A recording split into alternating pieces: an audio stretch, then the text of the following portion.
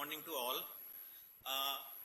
In our last lecture, after introducing the intermediate mesoderm as a common and important source for the development of both urinary and genital system, we shifted our discussion to the development of the urinary system. And in the urinary system, what we have discussed, that is the development of the kidney and ureter along with the applied aspect, developmental anomalies. Now, in the kidney, let's have a quick recap. In the kidney, first I told you about these three different sets of the kidney, that is a pronephros, mesonephros and metanephros. And after this discussion of these three sets, we shifted our discussion to this development of the metanephros, that is a permanent kidney. And in that I have told two different sources for the development of the metanephros. That is a collecting part, that is the derivatives of this ureteric bud or the metanephric diverticulum, and excretory portion, that is the derivative of the metanephric blastem, that is within the intermediate mesoderm. Then we completed that lecture with the developmental anomalies of the kidney.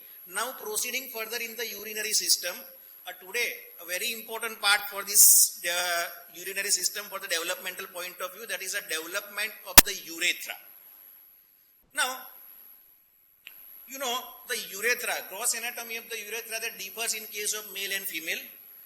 In case of the female it's a short, but in case of the male it's a elongated canal, and that consists of these parts, prostatic parts, initial part that travels through the prostate, that is a prostatic part, then the small membranous part, and long spongy part that travels through this penis.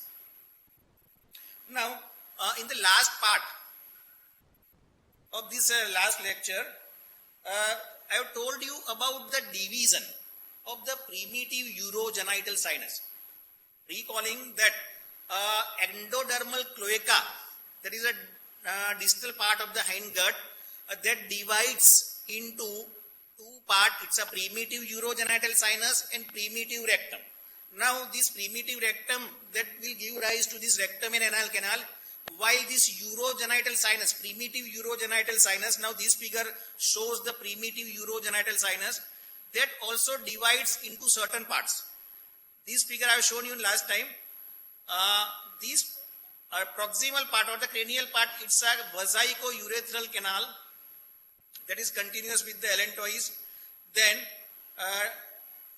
distal part, that is a definitive urogenital sinus. And this definitive urogenital sinus also having a pelvic part and the phallic part. And this phallic part is closed below by this bilaminar membrane, that is a urogenital membrane, bilaminar urogenital membrane. Now,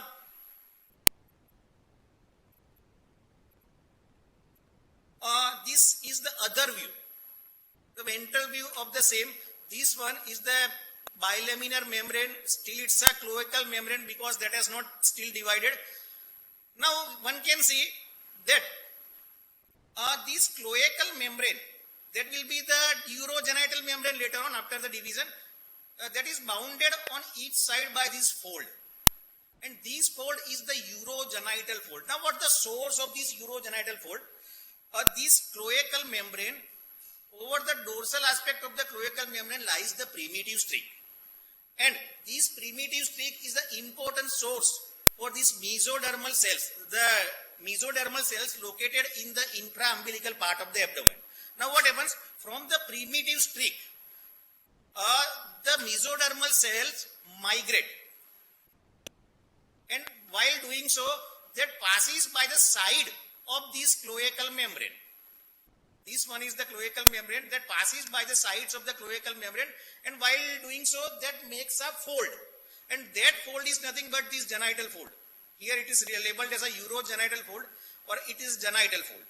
Now one can see at this cranial end of this cloacal membrane, both the genital folds on each side, they get merged to form a tubercle elevation that is known as the genital tubercle. It is labeled here, genital tubercle. This one is the genital tubercle. Now this genital tubercle later on enlarged, and now it is known as the phallus. Here it is phallus.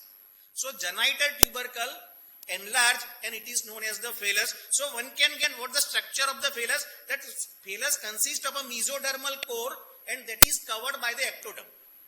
Here the phallus is a mesodermal core and that is covered by the ectoderm. Now, in case of this male and female, the further development of the phallus differs. In case of the female, the phallus is rudimentary and that is the precursor or the primordium of this clitoris. That will give rise to the clitoris. But in case of the male, that is the precursor or the primordium of the penis and this phallus gets elongated. Now here, it is must for you people to understand the position of the phallus. So I have shown you the sagittal section also. That was not sagittal section, that was ventral aspect. Now this one is the sagittal section. Now see this figure, this second figure. So here, this is completely urogenital sinus, primitive urogenital sinus, and here is the phallic part. Here the phallic part of the urogenital sinus, here is the primitive urogenital membrane, and this one is the phallus. So this phallus later on gets elongated. In case of the male, in case of the female, that is rudimentary and that will give rise to the clitoris. Now what happens? We will target the phallus right now. What happens to the phallus? Because that is the primordium of this penis, and for understanding the development of this male urethra, it is must to understand the development of the penis. So we will discuss this together.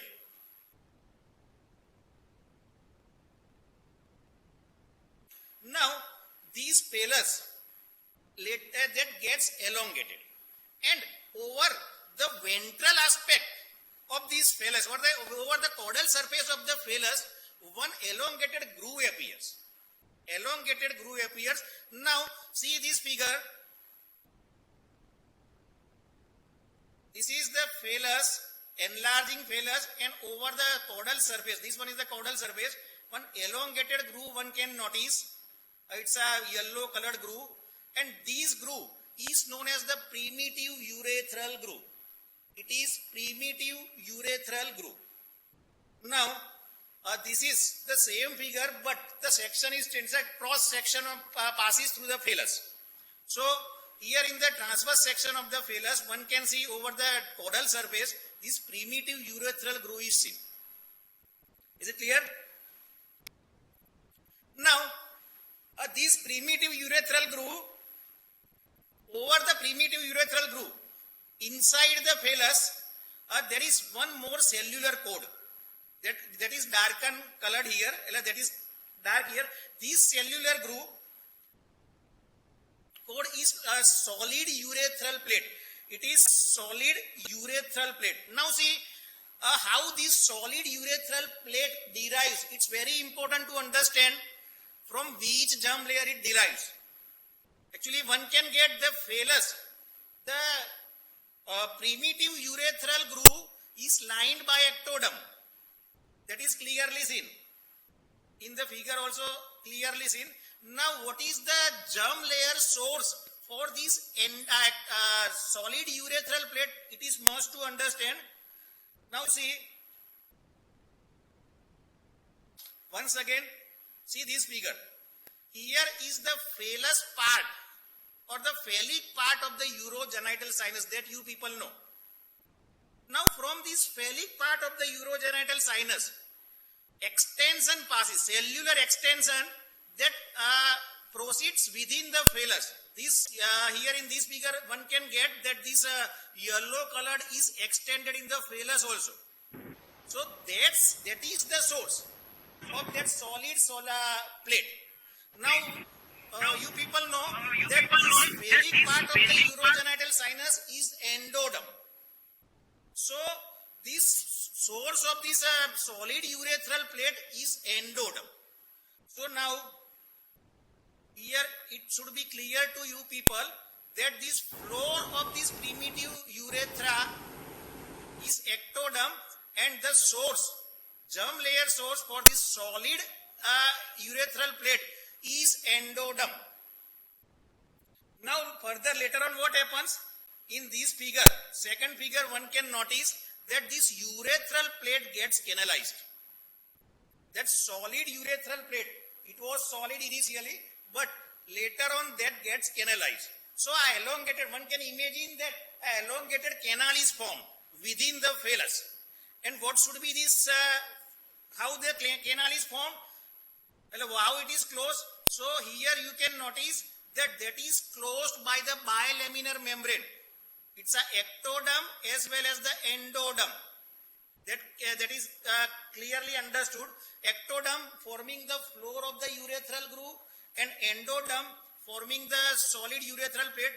Both these bilaminar membrane that is going to close this canal. And here you can apply your logic that if this bilaminar membrane, it is traced proximally, that will continuous with the primitive urogenital membrane. Here, that bilaminar membrane. So, this bilaminar membrane closing this solid plate, closing this closing this canal that is continuous with the urogenital membrane. Now later on what happens? This bilaminar membrane gets ruptured. Here the bilaminar membrane gets ruptured. So this primary urethral groove that was shallower initially, now it becomes deeper. Here in this figure you can notice that it has become deeper. Now let's have a quick recap about the development up to this stage, because the further development that is going to that differs in case of male and female. So this is a common development up to this level. The development is common in case of both the sexes.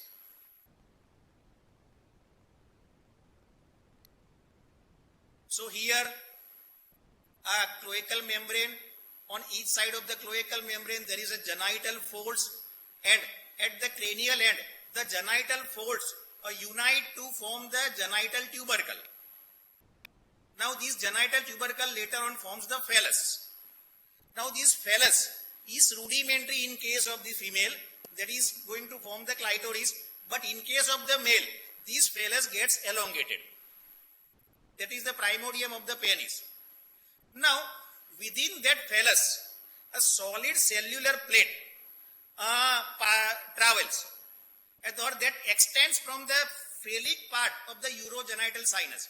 So that solid cellular plate is the derivative of this endoderm. That derives from the endoderm.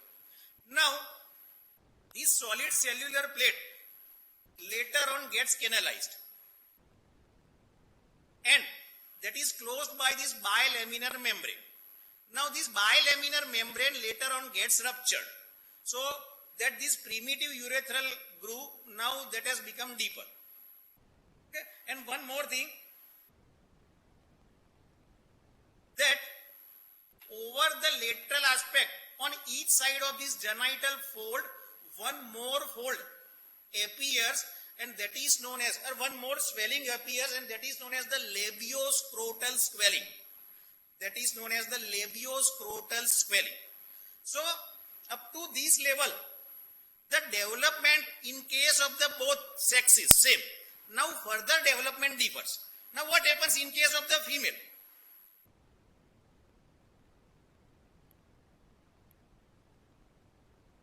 See, first this one is the genital tubercle, then this green colored is the genital fold, and on each side of the green color, the blue colored indicates the labioscrotal swelling. Now here the rupture, the urethral groove is there because the membrane has ruptured. Up to this level the development of this male and female is same. Now this one is the female development. So here one can notice that this genital fold that is not going to fuse, and that is not going to fuse and close this part. So this genital folds in this figure, one can notice that genital fold is going to form the labia minora. The margin of the genital fold here, they are going to form the labia minora. And the space between the labia minora receives the opening of this vagina as well as receives the opening of the urethra. That can be seen in this figure. Now, we know that this at the cranial end of the genital fold, this genital fold gets united to form a phallus. So this one is the phallus. So here you can see that the phallus now has become the clitoris. So phallus, clitoris, the margin of the genital fold, they becomes the labia minora, and here this blue colored labioscrotal swelling, that has become the labia majora. So this is how the external genitals of the female derives. Labia majora, that is the derivative of this labioscrotal swelling, as the name itself indicates. That is going to form the labia majora in case of the female and scrotum in case of the male. Then this labia minora, that is the derivative of this genital fold. Clitoris is the derivative of this phallus. Now, so in case of the female, that ruptured membrane is not going to be closed by the fusion of the genital folds. But this is not true in case of the male. In case of the male, that ruptured membrane is going to close by the fusion of the genital fold, that can be seen in the figure over the left side, left lower figure. The genital folds, now it is closed. Now what happens?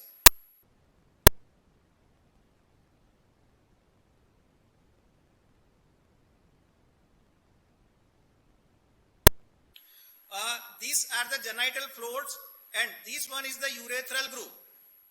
Now, these genital fold later on get fused. It is not shown in this figure, the fusion is, but one can notice that they are going to fuse.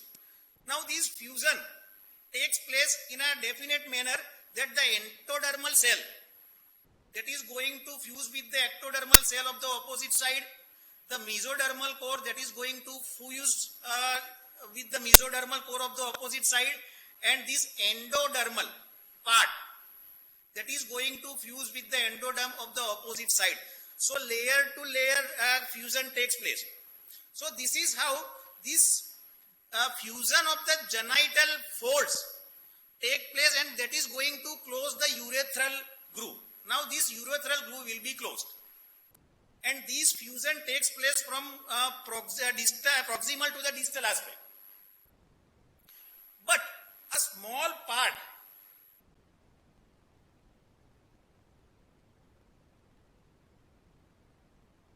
near the base of the glans penis is still unfused. It is not shown in this figure, but it's the location should be somewhat here. At the base of the glans penis, a small orifice will be there, and that is known as the primitive urethral orifice. So that primitive urethral orifice is located over the ventral aspect of the penis at the base of the glans penis. Now, so one can understand that a penis is developed, and in the penis a urethral groove that is open over the ventral aspect of this base of the glans penis. So that urethral canal is absent still at the distal aspect of the penis, that is at the glans penis. Now, how this canal, that small part of this urethra is going to form, that I am going to tell you later on. But right now, one can understand, say up to this level, this is a spongy urethra. Up to this level, what is the source of which is the germ layer source for the development of this urethra? So it is endoderm. Because you can get that this urethra is canalized in that solid cellular plate. And that solid cellular plate is the extension of the endoderm from the phallic part of the urogenital sinus. So that solid cellular plate is endodermal, and within that plate a urethra is formed, because of the canalization of that plate. So urethra up to this level, it's a endodermal in origin, keep in mind. Now, what happens to the distal part of the urethra, how it is going to be formed, the urethra present within the glans penis. So what happens? Within the glans penis, from the ventral aspect, a solid cellular cord, that is the derivative of the ectoderm. Now keep in mind, this one is the ectodermal cells. A solid cellular cord that passes over the deeper aspect, within the deeper aspect of the glans, and these ectodermal cells later on gets canalized. So proximally, that is in communication with that primitive urethral groove. So, and later on this primitive urethral groove gets closed. So one can understand that this distal part of this urethra, which is located within the glans penis, that is ectodermal in origin. So this urethra having this much sources up to this base of this glans penis, it's an endoderm, and with the urethra located within the glans penis is ectodermal in origin. And the second effect of this later development of the urethra, that the primitive urethral opening that was over the under surface, over the ventral aspect of this base of the glans penis, now the urethral opening gets shifted towards the tip of the glans penis. So this is how the spongy portion of this urethra develops within the penis. And as far as the proximal part of the male urethra concerned, it's a prostatic part and membranous part. As far as the prostatic part concerned, you know that in the prostatic part there is a seminal colliculus, and within the seminal colliculus there are opening of these ejaculatory ducts are there. So up to that level, opening of the ejaculatory duct, dorsal wall of that part of this prostatic part of urethra, that is similar in the development just like that of the trigone. So that is mesodermal in origin, up to that level, opening of this ejaculatory duct, but only dorsal wall. Ventral wall of this prostatic part of the urethra, it is up to that level, opening of this ejaculatory duct, that is derived from the endoderm of vesico-urethral canal, just like a rest of the urinary bladder. So, telling in another way that development up to the opening of the ejaculatory duct, the dorsal wall of the urethra corresponds with the trigone, and the ventral wall of the urethra corresponds with the rest of the bladder. Now, development of this prostatic urethra distal to this ejaculatory duct, as well as the development of the membranous part of the urethra, both are the derivatives of the phallic part. This part, phallic part of the urogenital sinus. So this is how the whole urethra develop in case of male and female. Now, two important anomalies associated with the urethral development is the hypospadias and epispadias. Now, what is hypospadias? So, hypospadias means the opening of the urethral opening, that is usually at the tip of the glans penis. Here the urethral opening is over the ventral aspect of the penis. That is over the ventral aspect of the penis. And that is having a different types. It's a Balaenic or the glandular hypospadias. So here the urethral opening lies at the glans, base of the glans penis. Now penile hypospadias, the urethral opening lies at the ventral aspect of the penis, proximal to the glans penis, and it may be a complete perineal hypospadias. So that is because of the genital folds fail to fuse completely. And second one is the epispadias. This is comparatively uncommon than that of the hypospadias, and here the urethra is going to open at the dorsal aspect of the penis, close to the anti-abdominal wall. So this completes the development of the male urethra. So we have discussed about the development of the urinary system whole: kidney, ureter, urinary bladder, as well as the urethra. Now in next lecture we are going to discuss about the development of the genital system.